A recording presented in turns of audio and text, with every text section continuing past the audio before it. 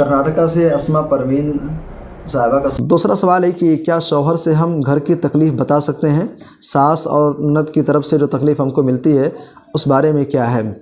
پہلی بات تو یہ ہے کہ اگر کوئی آپ کو منع بھی کرے، جو بھی محترمہ ہے، اگر کوئی منع بھی کرے کہ آپ اپنے ساس اور نند کی طرف سے ہونے والی مسائل اور جو گفتگو ہے، جو پریشانی ہے، اپنے شوہر سے آپ نہ بیان کریں، تو ایسا نہیں کہ آپ نہیں بیان کریں گے، بیان کریں گے۔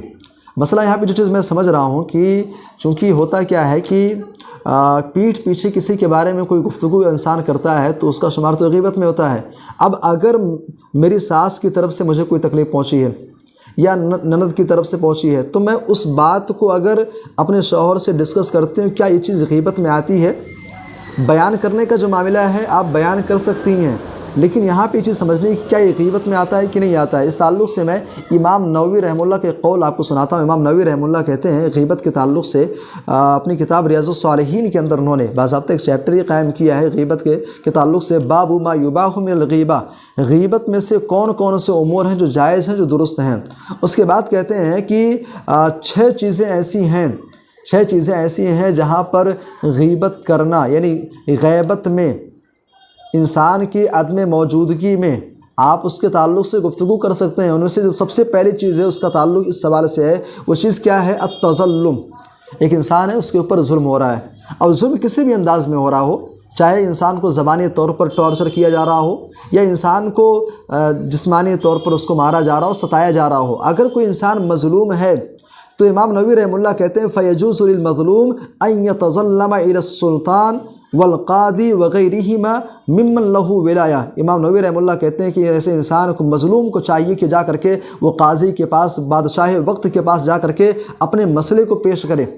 اب ظاہر سی بات ہے کہ مظلوم انسان جس پر ظلم کیا گیا ہے، اب جا کر کے قاضی کے پاس یا سلطان کے پاس اپنے مسائل کو پیش کر رہا ہے۔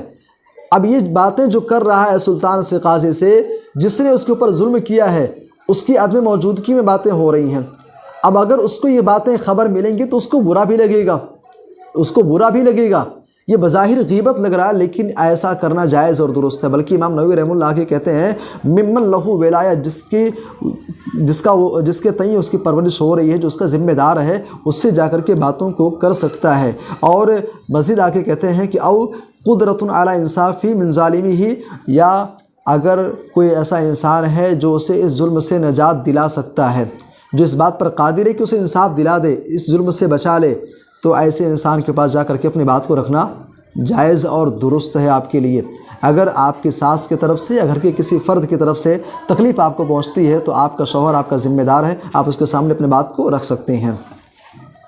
لیکن ایک چیز یہ بھی رہے، ایسا نہ ہو کہ شوہر کو بھڑکانے والی چیزیں ہوں، ایسا نہ ہو کہ مطلب ہے جائز حد میں رہ کر کے گفتگو کیا جائے۔